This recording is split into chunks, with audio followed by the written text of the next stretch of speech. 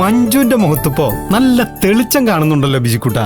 അത് പിന്നെ കാണാതിരിക്കോ സാറേ, ഗിരിയേട്ടൻ തിരിച്ചു വരുന്ന ദിവസമല്ലേ. അത് ഞാനങ്ങ് മറന്നു. വെറുതെ അല്ല മഞ്ജുവിന്റെ മുഖത്ത് ഇത്രയും സന്തോഷം കാണാനുള്ളത്. എന്താ സാറേ ഇത്? ഞാനുള്ള കാര്യം മോളെ പറഞ്ഞത്. ഗിരി വരാറായെന്നറിഞ്ഞതിന് ശേഷം മോളുടെ മുഖത്ത് നല്ല മാറ്റമുണ്ട്. ഗിരിയേട്ടൻ വരുന്നതിന്റെ സന്തോഷം മാത്രമല്ല സർ, വീട്ടിലേക്ക് ഇന്ന് തിരിച്ചു പോവാലോ. എത്ര കാലം എന്ന് വെച്ചാ ഞാൻ മുകുന്ദന്റെ വീട്ടിൽ കഴിയുന്നേ. ഗിരിയേട്ടന്റെ അമ്മയാണെങ്കിൽ ഒറ്റയ്ക്ക് ജോലി ചെയ്ത് മടുത്തു കാണും. ഭാനുമതി അമ്മയായിട്ടുള്ള എല്ലാ പ്രശ്നങ്ങളും കഴിഞ്ഞു അല്ലേ? ദൈവം സഹായിച്ച അമ്മയുടെ മനസ്സ് മാറി. ഇപ്പൊ എന്നെ സ്വന്തം മോളെ പോലെയാ നോക്കുന്നത്. ഇതെല്ലാം വീട്ടിൽ നടത്തിയ പൂജയ്ക്ക് ശേഷം ഉണ്ടായ മാറ്റങ്ങളാ. എന്റെ പൊന്നു മോളെ, ഇതൊക്കെ വെറും തട്ടിപ്പ് പരിപാടിയല്ലേ? നമ്മൾ തന്നെ ഇങ്ങനെയുള്ള എത്ര പേരെ അറസ്റ്റ് ചെയ്തേക്കണത്? എല്ലാം കാശടിച്ച് മാറ്റാൻ നടക്കുന്ന ടീമുകളാ. മോൾ ഇതിലേക്ക് വിശ്വസിക്കുന്നുണ്ടോ? ഇല്ല, പക്ഷേ അതിൽ വിശ്വസിക്കുന്നവർക്ക് ഇങ്ങനെയുള്ള പൂജകൾ കാരണം നല്ല മാറ്റങ്ങൾ സംഭവിക്കുന്നുണ്ടെങ്കിൽ അത് നടത്തുന്നതിൽ തെറ്റില്ലെന്നാ എന്റെ നിലപാട്. പൂജയോ കൂടോത്രോ എന്ത് ചെയ്തിട്ടാണെങ്കിലും ആ വീട്ടിലെ പ്രശ്നങ്ങളെല്ലാം തീർന്നല്ലോ. എന്റെ വിശ്വാസം ഇതെല്ലാം മാധവൻ ചെയ്ത പുണ്യത്തിന്റെ ഫലം നിനക്കും മഹിമയ്ക്കും കിട്ടുന്നു എന്നുള്ളതാണ്. എപ്പോഴും ആളുകളെ സഹായിച്ചു നടന്നിട്ടുള്ള ഒരു മനുഷ്യനാ മാധവൻ. അയാളെ എത്ര പേര് മനസ്സുകൊണ്ട് അനുഗ്രഹിച്ചിട്ടുണ്ടാവും, അയാൾക്ക് വേണ്ടി പ്രാർത്ഥിച്ചിട്ടുണ്ടാകും. അതിന്റെയൊക്കെ ഗുണം കിട്ടുന്നത് നിനക്കും മഹിമയ്ക്കുമാണ്.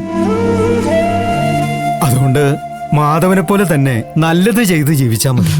അതിനുള്ള ഫലം ദൈവം തന്നോളൂ. Yes sir. പണി കിടക്കട്ടെ.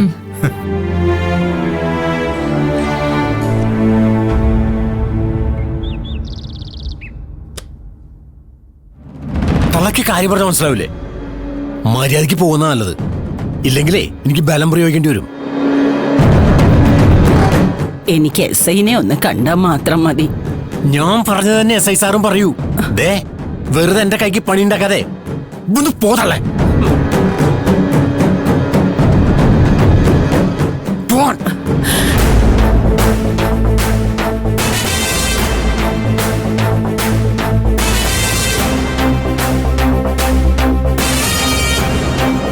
അമ്മേ.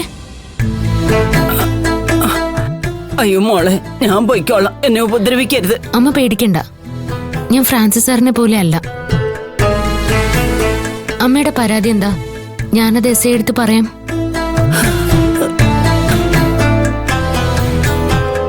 അമ്മ വരൂ, നമുക്ക് മാറി നിന്ന് സംസാരിക്കാം. വരൂ.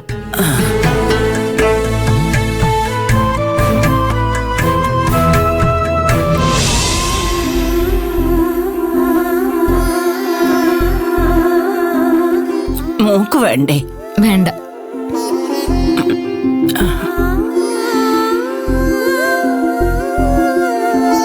ഇപ്പൊ അമ്മയ്ക്ക് പോലീസുകാരോടുള്ള പേടിയൊക്കെ മാറിയോ? എന്നാ പറയാ, എസ് ഐ സാറിനോട് എന്ത് പരാതിയാ ബോധിപ്പിക്കാനുണ്ടായിരുന്നത്? എനിക്കൊരു കമ്പനിയില് അടിച്ചു വരുന്ന ജോലി കിട്ടിയായിരുന്നു. ഒരുപാട് കാശൊക്കെ കൈകാര്യം ചെയ്യുന്ന സ്ഥലമായതുകൊണ്ട് എന്നോട് സ്റ്റേഷനിൽ നിന്ന് എന്തോ ഒരു സർട്ടിഫിക്കറ്റ് വേണമെന്ന് അവരെന്നോട് പറഞ്ഞു. ആ, പോലീസ് ക്ലിയറൻസ് സർട്ടിഫിക്കറ്റ് ആണോ? ആ, അത് തന്നെ. ആ സർട്ടിഫിക്കറ്റ് ശരിയാക്കി തരണമെങ്കിൽ 5000 രൂപ വേണമെന്ന് ഫ്രാൻസിസ് സാർ എന്നോട് പറഞ്ഞു. എന്റെ കയ്യിൽ ആകെ ഉണ്ടായിരുന്ന 2000 രൂപ ഞാൻ സാറിന് കൊടുത്തു. ബാക്കി ജോലി കിട്ടിക്കഴിഞ്ഞിട്ട് തരാന്ന് ഞാൻ വാക്കും കൊടുത്തതാ.